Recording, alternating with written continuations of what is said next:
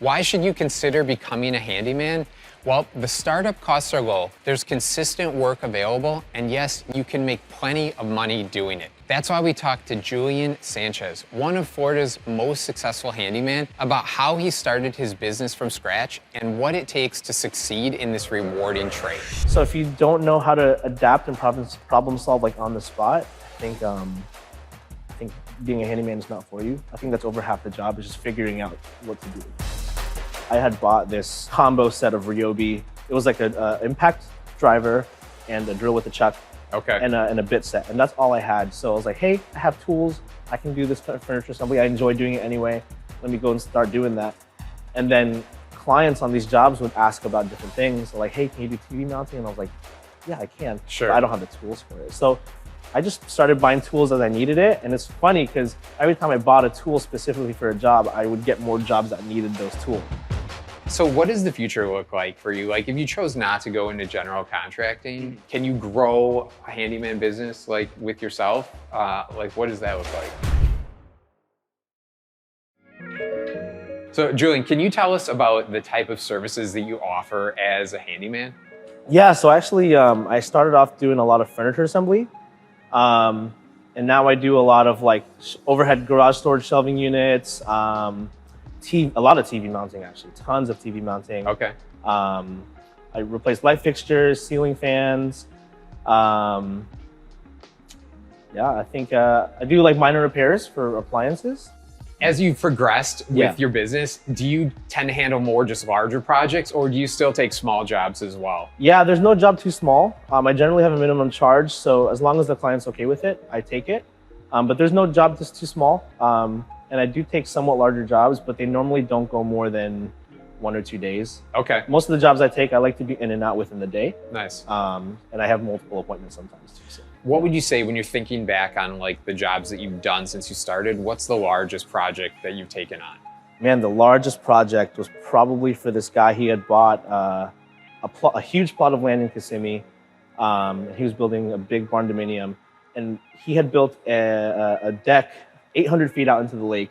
Okay. And we had built a pergola and a big shed over there. So walking back and forth, we probably walked at least like 5 miles that day. Oh my gosh. Yeah, it was crazy. And getting all the stuff over there and just like being super careful not to drop the screws in the lake because we were like on the edge. So that was a pretty big job. It was like 14 by 20 or something like that. Okay. So it was pretty big. Yeah. How many days did that take you to finish that off?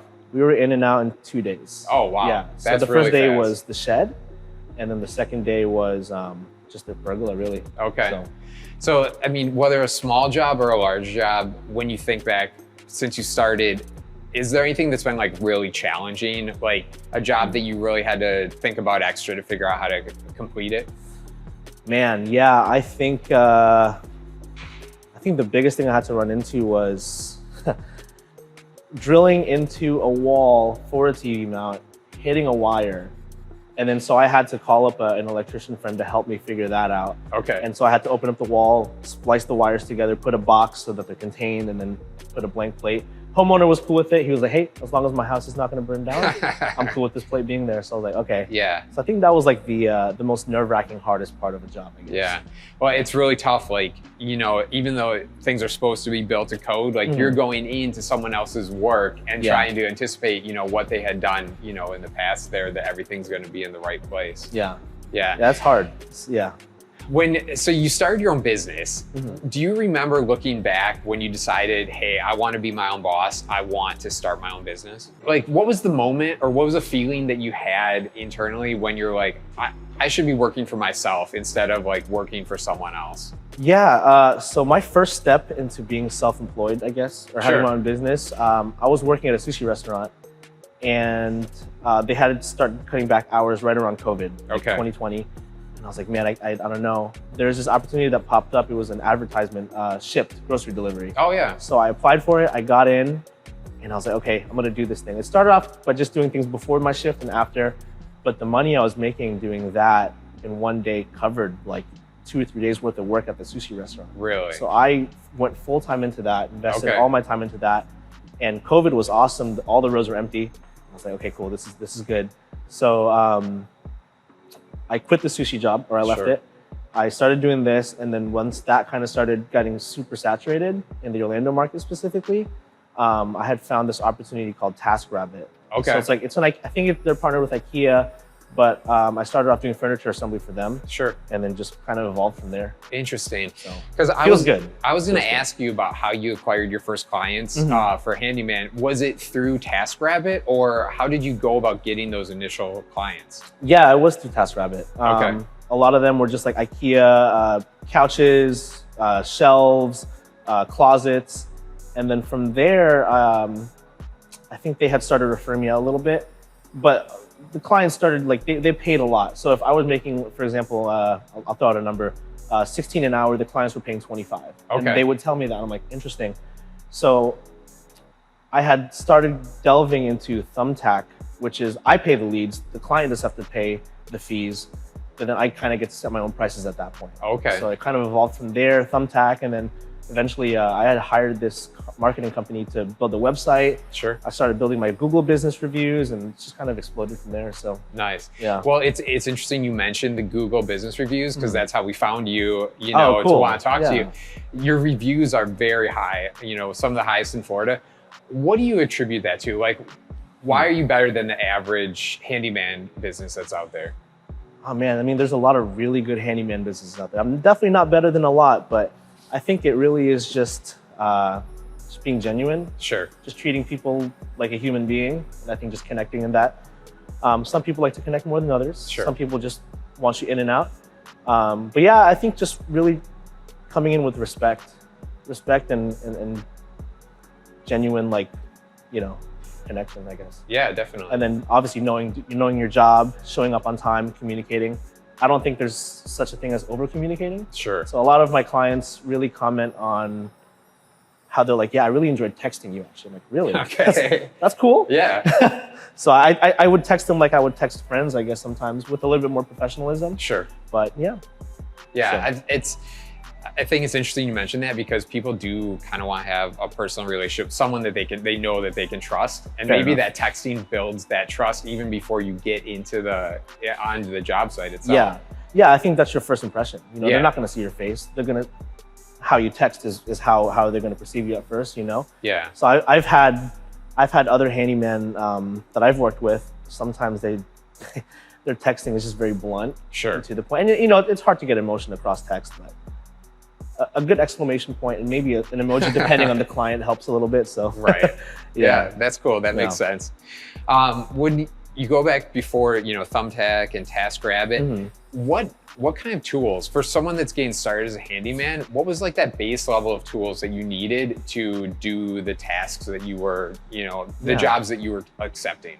So when I had moved out, when I got married, I had bought this combo set of Ryobi. It was like a impact driver and a drill with a chuck. Okay. And a bit set, and that's all I had. So I was like, hey, I have tools. I can do this furniture assembly. I enjoy doing it anyway. Let me go and start doing that. And then clients on these jobs would ask about different things. Like, hey, can you do TV mounting? And I was like, yeah, I can. Sure. But I don't have the tools for it. So I just started buying tools as I needed it. And it's funny because every time I bought a tool specifically for a job, I would get more jobs that needed those tools. Okay. So it was just, it worked out. Yeah. So. When you were, people were saying, hey, I want this done or that, I want that done. You're obviously like a mechanically inclined person, but did you have all those skills already when you were getting involved in doing those tasks? Or was it something that you kind of learned along the way, by doing? Yeah, certain jobs, they kind of relate. So like furniture assembly, you can, you're turning screws and stuff. You can do that with TV mounting. Sure. It's just different knowledge of like where studs are and stuff like that. But other jobs, I had to really connect with handymen from my church. Okay. There's a ton of handymen at my church, and even my dad was pretty handy. He taught me some stuff, and but yeah, I would try to reach out and connect and network and just ask like, hey, how do I do this? Also, I hate to say it, but YouTube University is a really good college. For sure, yeah. So YouTube is a really good place to learn it. And then before I would do it at a client's house, I would test it on my own and just do some back testing. And, nice. If it works, it works. Okay, cool, I can do this. Yeah, definitely. So I would do hours and hours and hours of research and practice before I would ever bring it in. Yeah. So, yeah. So as good as your Google reviews are, obviously not everyone's going to be satisfied. For sure. How have you dealt with clients that haven't been satisfied in the past? Like, what's that communication like for them? Yeah, I think only one client, I mean, maybe others have been unsatisfied, but only one client ever reached out and was like, hey, I don't like the way that this was done. Can we redo it? Okay. And they didn't do like a Google review or anything like that, but they had reached back out through text. Yeah. And I was like, hey, yes, like absolutely. I'll come back on my next day. I'll even come after hours if I need to. Like, I'll come back and fix it. I forgot exactly what the project was, and I should know it. But yeah, I went back. I brought another handyman with me to help me. Okay. And we had gotten it done. You know, so I think it's you want to treat it like it's your own place. Like if it's not done properly, hey, I need to fix that. Yeah. You know what I mean? So, yeah. Very cool. Yeah. What for someone that's like coming out of high school, like you had an interesting journey of stepping into it with like TaskRabbit and Thumbtack and things like that. Would you recommend they do the same thing, or is there a better way to get started being a handyman than the route that you took? That I can't really answer for everybody. I think everybody kind of starts differently. Some people start with, you know, friends that are already doing it. Sure. And they just get plugged in. But I think it's good for if you don't know if you want to do it yet. I think TaskRabbit and even Thumbtack and different platforms like that are really good at getting your feet wet. Yeah. Seeing if you have like the confidence to do it, or if like you're inclined to it, I guess. Yeah. But I wouldn't say there's necessarily a right way to start, but I think it really is just like starting small and then kind of building up from there and seeing if you like doing what you like to do. Yeah. So. Do you feel like those social platforms for jobs are a positive for the industry or a negative? I mean, does it bring a lot more competition in? Now that you've moved out of that way of getting jobs, is there a lot of competition from people that are entering the industry from that as well? I think yes. Yeah, okay. I think there is a lot of competition because you have a lot of really good contractors so that have a lot of really good reviews. But I think it's really good because it's pretty much like how to say it. It's a place where people are already looking for you. Sure. Instead of me, where I have my Google business reviews, where people can find me organically. Yeah. So I think there's a lot of competition for that. But with platforms like Thumbtack and other ones, you know, they're sending the same lead to 4 or 5 different contractors, and you kind of have to be like the first one there. Okay. Or else you don't win it. Yeah. You know. But for people like me that have like an established Google presence, I guess people are looking and they find me and they're like, okay, cool. His reviews are good. I put my face on my platform. Yeah. So they're like, okay, I can put a face to the name. Like let's go with him. And they call me up and we talk. And so it's not like they're being like 5 different people are trying to contact them. Like they're contacting me instead. Sure. So that's kind of cool. Yeah. Yeah. And is Google reviews, are you doing other marketing right now, or are you getting clients mostly through your Google reviews and people finding you online? It's mainly Google. Yeah, Google. Okay. They'll find me through like the mobile app, like the Google Maps app. Sure. Most of them at least. And a lot of referral and word of mouth. Actually. Okay. I still use Thumbtack occasionally for certain things, but Google is going to be like the biggest thing. Interesting. Yeah. Well, I asked you before and I forgot to ask, we talked about the biggest job you had. Yeah. What are some like small jobs that you would do as a handyman that people wouldn't think about? Hanging pictures, I would say. I've gotten a couple calls to hang like just one like big picture or one small picture. Sure. And obviously to protect myself, I have a minimum charge just so it's worth me going out there. Yeah. And I make it known to the client before I head out. I'm like, hey, listen, I have this minimum charge. Like, are you cool with that? And they're like, yeah. So I'll go out. I'll be in and out in 5 minutes, and then I'll get paid. Sure. And yeah, that's the smallest job I've had. I've had maybe a garbage disposal call. Okay. Where you just have to press the reset button, but sometimes it's deeper than that. So I'll do the reset button. I'll check everything if it works, and then I'll educate the client. I'm like, hey, do this next time this happens. Sure. That way you don't have to pay me again. Right. And you know it for next time. Yeah, so. I think that personal touch of the education is probably why you have really good reviews, online, for sure. When your minimum charge that you have, a lot of times people struggle when starting a business on how to price their services, so that their time is worth that. Right. You talked a little bit about Thumbtack, putting prices out, things like that. How did you go about pricing yourself, and how do you go about that right now, pricing your services? Yeah, so the platform of TaskRabbit, they kind of have not set prices. It's based on your competition. Okay. That's how I priced everything at first, like a certain amount an hour. I found that hourly rates can be good sometimes. I just like being upfront, like, hey, this is how much you're gonna pay. Whether it takes me longer than it needs to or shorter than it needs to. It's kind of a win-win. But as far as pricing, clients have actually helped me. Okay. Because I've gotten yelled at. I've gotten a stern talking to for pricing something so low. Okay. From at least 3 or 4 different clients that own their own businesses as well. And I've taken that to heart, and I've compared it with other, I like to be within a good market value. Sure. Fair market value. I don't like to rip people off because the economy's tough. Yeah. But yeah, mainly my clients have helped me price out my jobs and stuff. So interesting. Yeah, and other handyman too. So, yeah. Yeah. Has inflation had an impact on your prices right now? Like, you obviously have materials that you need to use to build things and like that. And like, what impact has that had on your business? I'm sure it has had some impact, but the materials, usually clients will pay for it. And I make that clear at the start.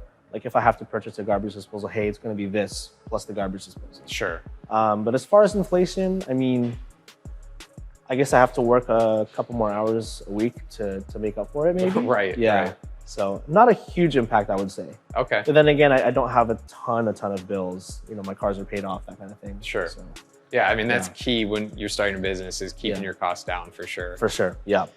When you got started, were there any type of licenses or regulations that you had to learn about in order to be a handyman? Licenses, regulations.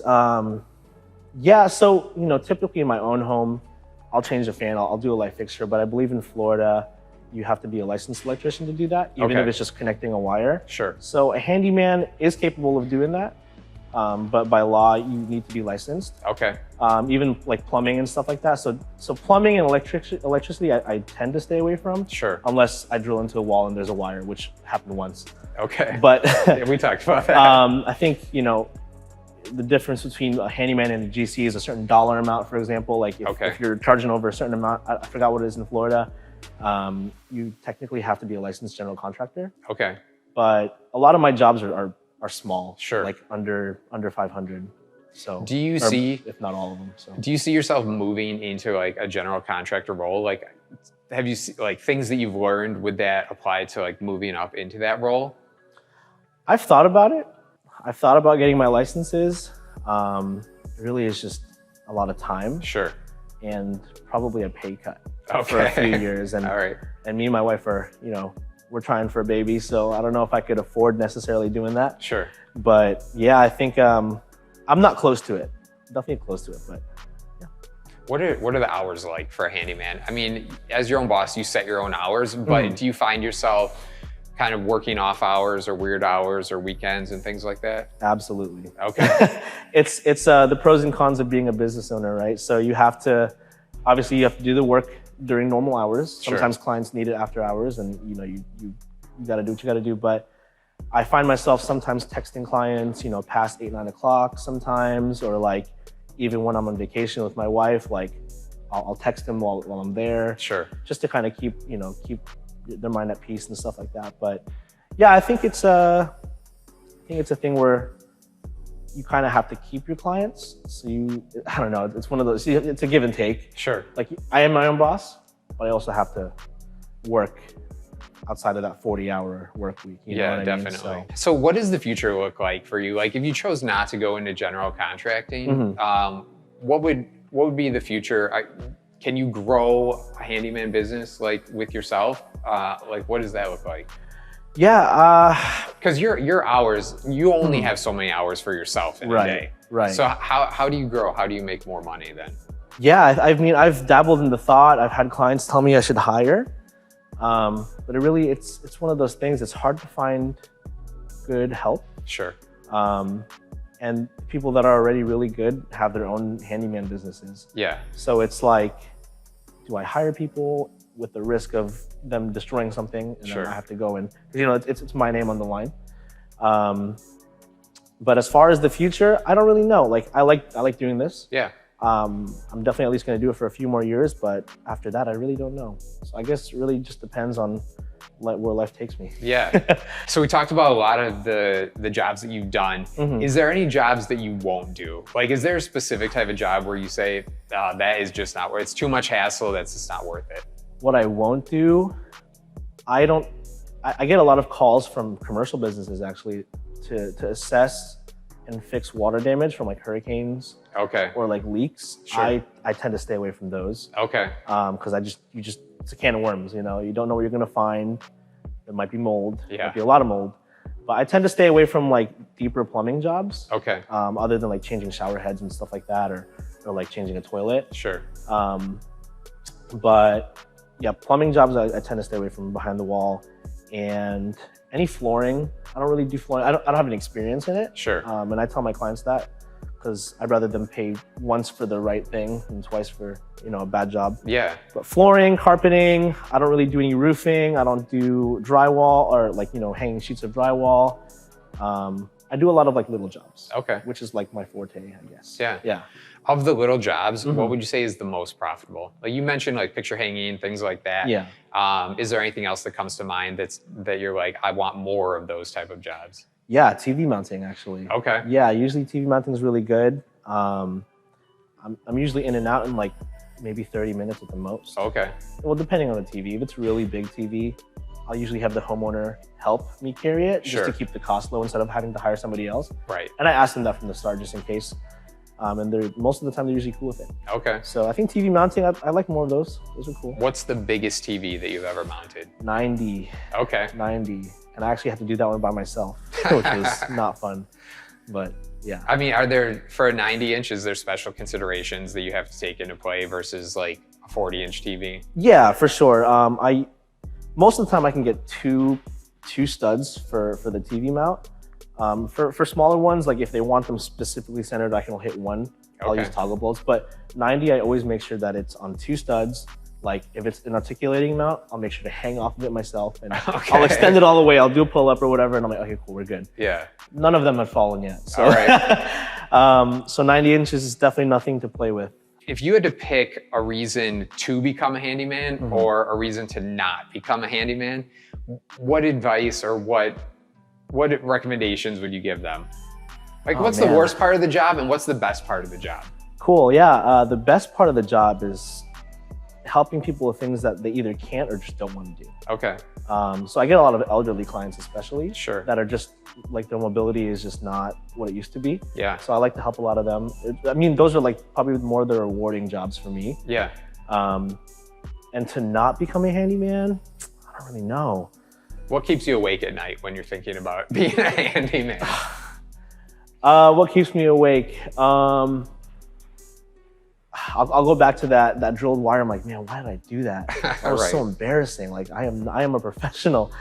To not be handyman is you just never know what you're gonna run into. Sure. So if you don't know how to adapt and problem solve like on the spot, I think being a handyman is not for you. I think that's over half the job is just figuring out what to do. Yeah. You know, because you go there for one thing, you start and you're like, oh shoot, this is much bigger than it needs to be. Yeah. So.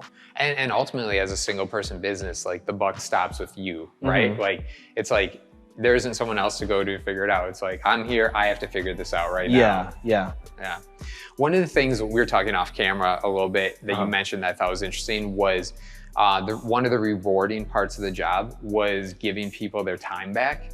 I thought that was really interesting. Can you tell me a little more about your thought on that? Yeah. So some of my clients, I go from lower middle class or like even poverty level all the way up to super rich clients, but it really just depends. Like people who have like jobs that require a lot of their time, and they're billing like $400 or $500 an hour, like a lawyer or something, for example. Sure. They would rather not hang a picture. They'd rather me just do it. They pay me whatever my rate is, and then they still get their time. Sure.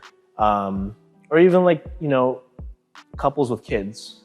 They'd rather spend their time with their kids, going out and doing stuff. I have some clients that I've built, like a solid relationship with that are like, hey, here's the code to the door. Just go in whenever you need to, and then just do what you need to do. And then lock the door.